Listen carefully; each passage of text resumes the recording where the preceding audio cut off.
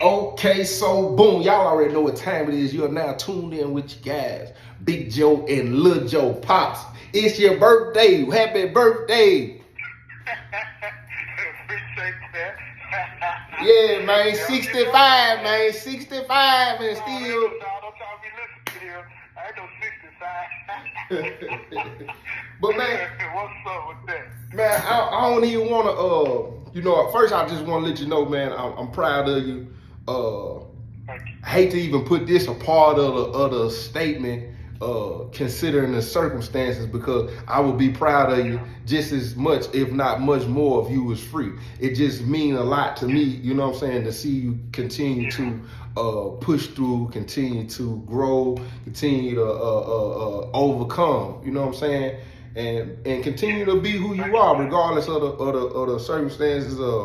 I appreciate everything and all the game you done gave me, all the conversations we done had, you know what I'm saying, just done poured into me as a father, you know what I'm saying, man, and I know we feed off each other a lot, you know what I'm saying, and you the biggest influence other than the Most High in my life, I want you to know.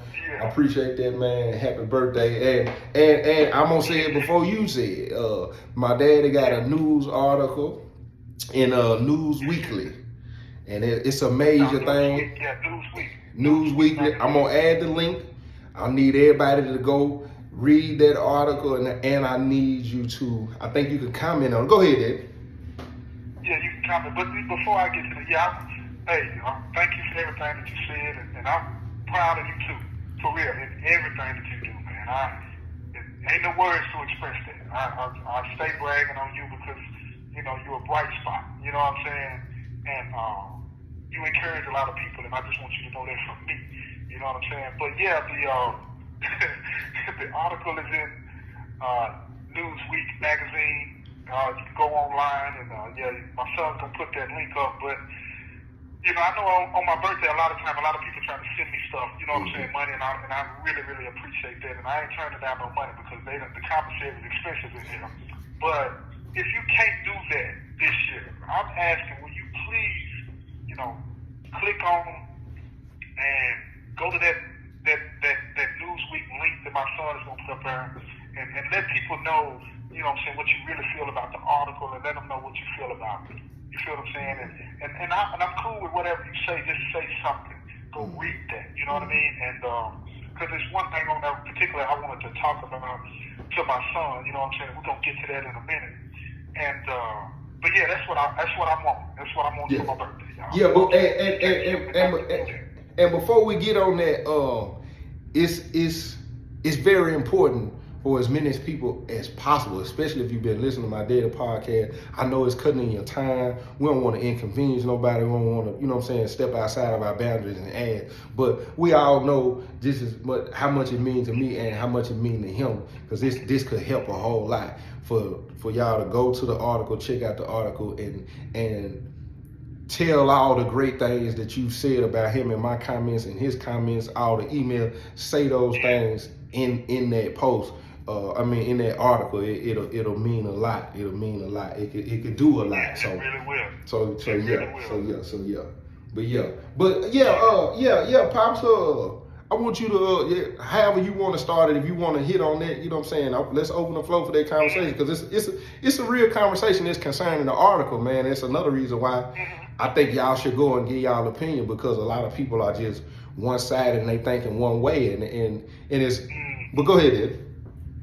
Yeah, the article is about prison reform as it relates to violent offenders, right? Because most of the programs, if not all of the programs, when it comes to prison reform, focus on the non-violent offenders. And violent offenders can't even participate in any of the programs until you get down to like 2 years left or even 5 years left, depending on what type of program that is available, right? So I wrote an article about that, you know what I'm saying, and talked about that a little bit.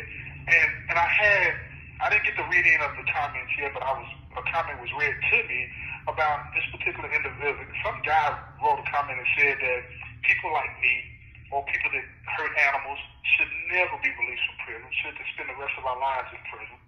And he also went on to say when people got back at him and telling him, no, that's not straight, Big Joe's, he's rehabilitated and changed and this and and the third, he should be released. He went on to say that, the victim's family, they don't get to enjoy their loved one anymore, so I should be miserable for the rest of my life in prison, and they should make me miserable, do whatever they needed to do to make me miserable in here. You know what I'm saying? So that I would suffer, basically, right? And, as I was being told that, about that particular comment, for about a split second, a half a second, this feeling washed over me. It's like, dang, do I believe that? And I told myself, no, don't believe that. And I got to thinking about all the other individuals in here that don't have the opportunities I have, but hear those types of comments, right? And then they buy into it and they believe it, and people, they act out on what it is that they believe about themselves, right? And I was telling you, was like, we have to get to that point where, that whoever said that, whoever believes that, they're entitled to that, right? Mm-hmm. But we don't have to believe that about ourselves. Mm-hmm. And you can transpose that into any walk of your life. You don't have to have committed a crime or anything like that. But if somebody tries to tell you that you are not deserving, you are not worthy of any opportunities that come your way, regardless of the things that you've experienced in your life, don't believe that. Right. Because when you believe that, you act out on that and you become that. You understand what I'm saying? Mm-hmm. Yeah. And that's why I wanted to talk about it, see what you thought about that, and see what everybody out there thinks about that. For one, and this is me projecting from personal experience. At one point in time, I used to get down on myself and wondering what I was worthy of or what I was deserving of. I've watched the Most High do some amazing things in my life, considering the mistakes that I made. And to piggyback on something that you said, we've all done something, whether if it's crime, if it's some violence, if it's something disrespectful, if it's a lie you told. The first one without seeing is cast the first stone is pretty much where that conversation would go. But this is something that I dealt with to where it was like, when he brought up the victims, I don't like to use that word. I know you don't. I've done wrong. I've done things. I did everything in my power to show that I understand what I've done, to show in my actions and my behavior that I'm apologetic for what I've done. And I've also gotten to a place of where I've said, not to say that I've apologized enough, and I'm doing what I'm supposed to do in this world and being who I'm supposed to be to affect the lives that I'm supposed to affect. And this is something that I know, and I bring this up a lot. There are people who are watching me that wasn't, that I didn't affect directly, but knew my path and cannot stand the life that the God has given me. Right. And that's okay. Because they don't have no heaven or no hell, no put me in. But we've all made mistakes. And when you said that's how they feel about themselves, that is true. Because the majority of them people who still have their mouth on me, they're in circumstances or predicaments that they just cannot believe. This dude probably couldn't even believe that you had an article. And if he went that far to say as much as he said, he also probably researched you and seen that you have a podcast, seen that you have a book, seen how successful that you have continued to be throughout your incarcerations to show you understand and you're still making an impact in this world. He's reflecting from himself versus understanding that, listen, God can work through anybody at any given time, regardless of what they've done. So I disagree, but I can hear and understand. But some people have a locked in perspective because that's all they can see. Yeah, and I understand that. I totally understand that. But then, sometimes it makes me ask this question, okay? Mm-hmm. I'm being rhetorical in what I'm about to say. What is prison for, right? We know what prison is for, depending on what state you're in and what government's running the state. It's either for punishment or rehabilitation, but I think it's more for punishment, but they say rehabilitation. So let's go down that road, right? Mm-hmm. And if it's for rehabilitation or redemption, right, then are you not doing what the goal is of putting people in prison? Change your life around. Are we not doing that? Right. And if that's not good enough, then what you're telling me is that you're presenting a false narrative on what it is that you think that we should be doing. Right. Just say what it is. Don't tell me that this is to help you become a better human being. Don't tell me any of those types of things, because then when I buy into what you say and I do what you say and I trust the process and I put in the work, and then you say it don't matter. It ain't good enough. That ain't good enough. Because when they do that, listen to me, this operates just how gangs operate. You understand? Just like criminal organizations operate. Their love, their acceptance, their approval of you is based on performance. And if you don't perform a certain way, then they're not going to approve. And then when you do perform a certain way, then they tell you it's not good enough. See, that's exactly how the criminal world works. That's criminal thinking. That's criminal thinking. You ain't going to never be able to satisfy that. You ain't going to never be able to satisfy that. But that keeps you trying to work towards it. It's kind of like, I don't know if you're familiar with this analogy, but it's kind of like the carrot and the stick. You know how they used to have a horse, and then they'll put the stick on the horse's head, and then there'll be a carrot on it, and it swings back and forth. And the first couple of nibbles, the horse will get it, right? But then after that, you can't get it because you done nibbled it down so short, but it'll keep him walking and moving his head towards it, right? And it's to train you. It's to train you so that they can control you. You understand what I'm saying? You'll continue to be trying to reach a height that they want you to achieve, that you will never be able to achieve, and they know you won't ever be able to get it. But see, when you depend on the Most High, you see what I'm saying? It's not about performance. It ain't nothing that we can do to deserve and earn His love, because He already gave it to us before we got here. You feel what I'm saying? And this same person, this same person, we all know, because we all got him. He's got flaws. He's done things wrong. He's the same person that'll get down and say the same prayer that every other sinner will pray, asking for forgiveness and still ask for opportunity in life. I don't know what his relationship. He might have done things in relationships and felt like he was sorry and wanted to seek forgiveness, and I'm gonna change this up. He's done things we all have to some extent where we want to show redemption, and we want that. But it's such a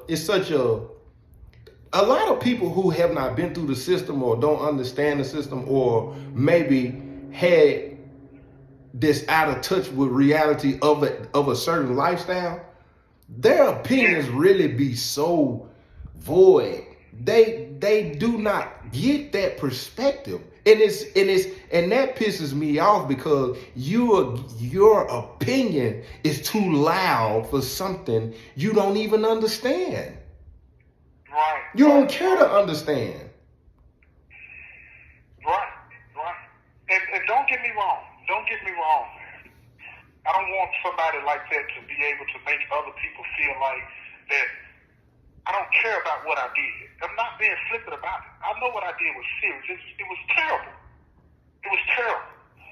But what I'm trying to say, what I am saying, is that in order for a person to get better, to move past that you got to be forgiven in your own heart. You got to do that. You know, I heard this comment, man, on this show that I watched, and it was basically a conversation between Yahshua Jesus and I think it was Simon Peter. Or it might have been Simon Peter, but basically he asked him a question. He said, what is forgiveness, right? What is forgiveness, right? And why do you do it? That conversation took place, right? Then he said, why do we apologize, right? And he said, for forgiveness. And in the show it was said that, no, you apologize for repentance. When you apologize, you're repenting, right? Forgiveness is the gift that's given for that. You understand what I'm saying? And if you don't do that, you're not going to receive that. You understand what I'm saying? So when you say that you are sorry about something that you did, you're asking for repentance. Where you're repenting. If the forgiveness comes, then that's the gift, right? That's the gift. But what you're supposed to do is repent. You repent and say that you're sorry, and then you move on. You don't move on in a callous way, because what we're doing, me and you and I, and other people like us, we're not moving on in a callous way. We're not moving on in a callous way. You wrote this song about apologizing, and if it don't change your behavior, it means nothing. Right. I remember that. And when you move on in a callous way, your behavior don't change. You're just saying that you're sorry. Right. That means you're probably sorry that you got caught or whatever the case may be. But when you say you're sorry, and you're sorry for the pain that you caused and the things that you've done and the lives that you impacted and all this and that, you change your behavior going forward. Right. You don't go from being a murderer to a drug dealer or from a murderer to a kidnapper. You go from being a human being without morals to one with morals. You understand what I'm saying? Mm-hmm. And you move forward. So it's not a dismissal of, I know you don't like the word, it's not a dismissal of the victims and their family members and all this and that. It is not that at all. And if anybody tries to put words in my mouth and say that then they are wrong, they are lying. Because that is not what I'm saying. What I'm saying is I'm going to do what I have to do to respect them and show them that I have changed. You feel what I'm saying? And I'm going to move forward in a way where I'm not being callous towards them. I am sorry about that. And I'm going to show that in my behavior, not just in my words. Well, question. You know, not just out of my mouth. Do you think it's? Do you think? And that's what you're doing. Yeah, exactly. Gonna continue to do. That's what we're gonna continue to do. Okay, then let's flip the question. Do you agree that there are some people who should never come home from prison because of what they've done? I agree that there are some people, man, and this is unfortunate, but we have to deal with the truth and the reality of the situation. There are some people that should never be released from prison. Now, let me explain to you now, and put that in context. Go ahead. Of who I'm talking about, okay? You got some people in here that are sociopaths, boo. They're sociopaths. They get off on it, man. They get off on it. And so those individuals, that's what I'm talking about when I say that. Okay? I asked that because most people like him or whoever else who has that perspective, I'm sure they would wonder the same because they're thinking, okay, if you agree that there are some people, what is the difference between you and them when they're only seeing the act of what was done? That's a fair question. Okay. That's a fair question, man. That's a fair question. That's a great question. Now, again, it's watch what the people do. It's a statement about James Baldwin, right? James Baldwin, back in the day, right? And he said, I can't believe what you say because I see what you do. Okay? Now, watch what I do. Watch what I do and see if it matches up with what I say. And if it matches up with what I say, then you got to respect it. If it don't match up with what I say, then it is what it is. Like what you said a few minutes ago, right? You got people out there that are watching you. You feel what I'm saying? And I'm sure some of those people, because we've had these conversations, they waiting on the slip. Yeah. They waiting on the slip. And then they want to go have a party. Yeah. Right? But what that is they're watching what you do. So if they can see what you say matches up. And everything that you're saying is matching up with what you're doing. Right. You understand what I'm saying? Yeah. And that is what I would say to him. Now, going to the other side of when you're explaining the person who has not put themselves in a position where they're, I guess you could say, doing what they need to do to earn. What are they doing? What is the opposite in more context than just saying they're a sociopath? What is the more context for that person who does not deserve their freedom? Well, again, let me put it like this, right? When I talk about a sociopath, right? And a sociopath is a person, they can't help it. They can't help it. They have a sickness. You feel what I'm saying? And they get off on that. So morally, I would say that individual doesn't deserve to be mistreated in here, right? They don't deserve to be mistreated in here. But in the interest of public safety, it's best that they stay in here for them and for the public. You know what I'm saying? Morally. What's the behavior?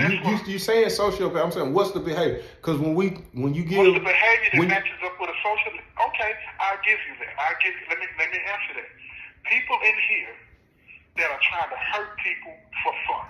Yeah, I'm gonna give you a good example. You have 1 minute remaining. And I'm gonna say this real fast, and I'm gonna call back if I don't finish it. But we had a place in this state in a prison where they are actually taking Viagra and raping men. You understand what I'm saying? For fun. For fun. Now that's sociopathic behavior, boo. That's what I'm talking about. That's something that society cannot tolerate. Right. Cannot tolerate that, man. That is the behavior that I'm talking about. You feel me? And you got people in here that want to hurt people for fun because they're hurting. Mm-hmm. That's the behavior that I'm talking about. You cannot let a person out on the street that exhibits that type of behavior. Ain't nobody safe. Right. You feel me? Now, I love you, man. This thing gonna cut off and hit you right back, okay? All right, love you too.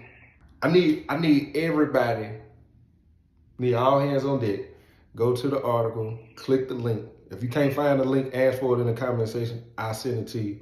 Go over there and say everything that you've been saying about my pops on that article. It's major. Please go and do that. It's a birthday gift. Go and do that. If you want to send my dad or something, you can send it in my Cash App. It's okay, not okay, not the OKAY. It's okay. So boom, one. You can send it to me. So everybody who's been sending money to the wrong Cash App, I don't even know how you. I don't. But yeah. All right, we back at it. Y'all already know what time it is. What's up, Pops? Yeah. And let me add something to that. What we were talking about right before the phone went off. Okay. Mm-hmm. When you have people in here that are exhibiting the type of behavior that I just mentioned, right? People in here that are actually sexually abusing people, man. You know what I'm saying? For fun, just for fun, right? Mm-hmm. That is a danger to everybody. Mm-hmm. That's a danger to everybody. I believe. Go ahead. What were you gonna say? No, go ahead, Finn. Go ahead. I have come to believe and understand, right, that everybody, even people in prison, deserve to be in a safe environment. Period. Mm-hmm. Period. Because you got some people in here, man. You got a lot of people in here, violent and non-violent offenders alike. They want to do better, but they don't get the opportunity to do better because you're in an environment where you can't relax. Mm-hmm. You can't relax. You can't work on yourself. You can't receive correction. You can't show no weaknesses that people define them as. You can't be vulnerable in here. Mm-hmm. If you can't let your guard down to deal with what's really going on with you and why you ended up in here, you can't never get that corrected. Period. It is hard to do. Yeah. So that's why most people say, I'm going to wait till I get out before I do something. But see, that wasn't an option for me. I remember people telling me 30-some odd years ago, wait till you get out to start your business. Well, if I would have did that, I would have missed out on all the things that I've learned. Mm-hmm. You feel me? And all I'm saying is, even in the environment that I had to live in all of these years, I was able to do it. Mm-hmm. And I'm not tooting my own horn, but it is what it is. Mm-hmm. It is what it is, man. And do I want people patting me on my back? No, it's not what I'm asking for.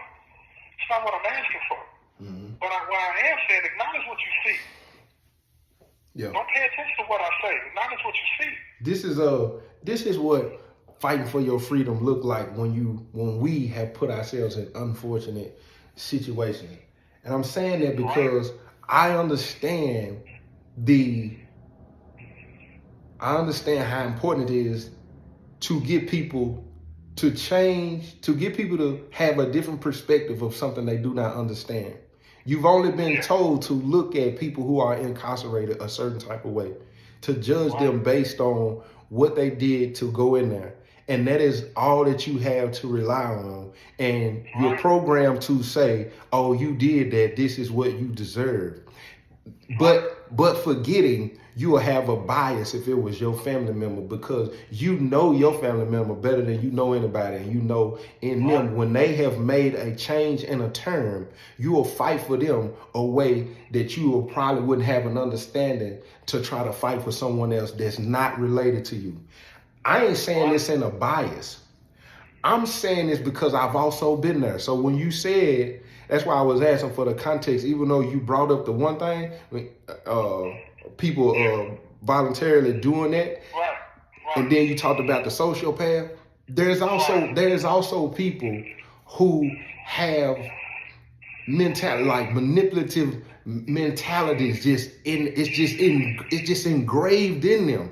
They have no intentions of treating their loved ones right, their co-workers right, people in the free world right. They go in and they have every part of their body, they want to come home and be slicker than what they were, because they feel like they've had time, because they've been isolated, to get more game to come out and be a worse person, but in a different way. It's so many people, like my daddy was saying, so many people feel you have to go in here and survive. So you feel like the best thing for me to do is just wait till I get home. And you develop all of these survival tactics and mechanisms. But then you come home into society, like my daddy said, and don't know how to function. You don't know nothing about business. You don't know nothing about financial literacy. The majority of the programs that they offer in prison is really all for the paperwork so they can make it look like they did their part. My pops done put himself in a position to where he can be a productive, functioning citizen. And you don't have people who are in college. You don't have many inmates who are doing that. You got a way higher percentage of inmates who living off survival and they coming home and they bringing them behaviors home. And to me, that's a big difference. That's a huge difference. That's a big thing. It's a big thing because people are coming out here still in survival mode. Yeah. You didn't have an opportunity in here to relax and work on the things that were wrong about your mindset. And you do what you do to make it because your stomach's going to growl every few hours because you're hungry. And Right. people are going to eat. Right. We can sit here and say all the things that we want to, but people are going to eat. And Right. when they don't have any other way, they believe. Right. It's all about what you believe.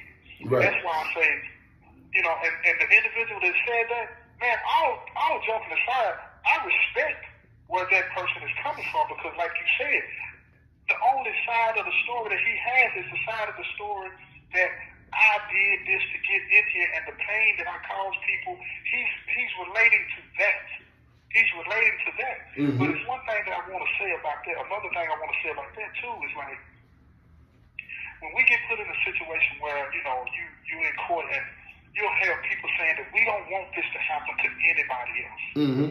How are we going to be sure if this person is let out that this won't happen to anybody else? Right. And what I say to that is simple. It's simple. Watch what a person is doing when they're in prison, right? Mm-hmm. And their mindset is changed. You see, because you don't have an opportunity to know that. See, the people that's in here with us every day, the officers, the counselors, those individuals, they can tell you. Mm-hmm. They can tell you. If they were allowed to tell you honestly what they thought about this person or that person and so on and so forth, they would tell you. Right. You feel me? Right. I still meet people, right? At other prisons with you. And they say, man, Joe T said he was going to do that when he got out. Yeah. He said he was going to do and everything that you said you was going to do, they've been checking off the box. And they talk about you more than I do sometimes. Yeah. You feel me? Because they saw it. Yeah. And that's so big because it gives these guys in here something to look forward to say that he can do what I can do. Right. You see what I'm saying? Right. And then when I find myself in a conversation with individuals in here, they look at me and they're like, how do you do that? How do you do that? Why are you, in a position, how did you put yourself in a position where you can do that now? And I tell them I'm not special. Yeah. I'm just driven. Right. And you could do the same thing, but I understand why they don't have that energy because the negative energy in here can become so overwhelming that you don't believe that you can do anything. No, You just won't believe it. For real, And for the real. gentleman it is real. Yeah. And the gentleman that said what he said, look, it's like the Department of Corrections, right? They have a spokesperson. A spokesperson is somebody that comes out, like if something's going on, they'll tell you this and they'll tell you that. They speak on behalf of the department, right? See, people that don't have spokespeople. We don't have a spokesperson that can come out and say, well, Joe T is on his way out. He's getting out in 2017, and he's going to be one of the most famous people on the YouTube. You didn't have that. So they didn't have anything to expect. You feel what I'm saying? Right. They didn't. There's nobody out there telling them that Joe T, the father, is in prison and he's doing this and he's doing that. You feel what I mean? We don't have that. Right. So people be like, oh, okay, what's his background? Right. How did he end up Right. there? What did he do? Right. And you don't have that. Right. Yeah, so the only story that they have, the only story that gentleman has about me, initially is what he read in that article. That's and I'm it. glad that he read the article. Right.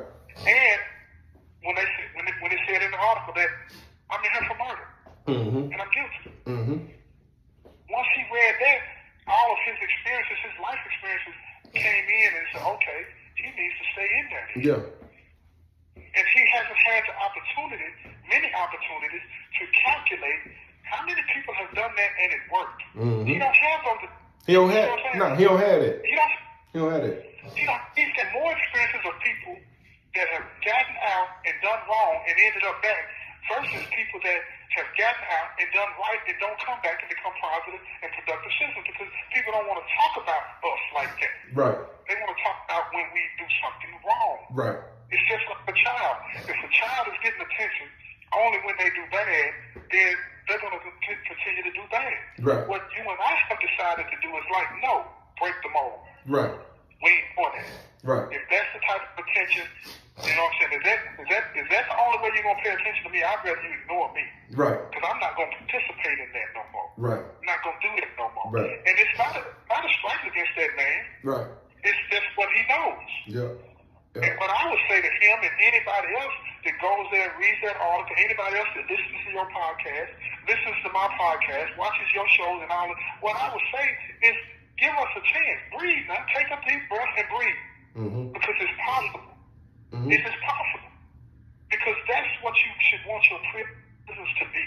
Mm-hmm. Places where people that get in trouble, to whatever degree, they go in there, get the help that they need, come out and be positive and productive. Right. It shouldn't just be lip service. Right. It shouldn't just be lip service. No. So, commercial break me, But I please. just wanted to get this out. Well, yeah, go to the article, man. Pops, is there anything else you want to say? Nah, hey man, I just want to say I love you, man, and I love everybody that's listening and all the support that we both get, man. I really do mean that from the bottom of my heart. There's no way to put that into words, man. Real talk. And thank everybody out there. That's what I'm saying. For sure, y'all already know what time it is, you guys, man. We out of here. Y'all hold it down.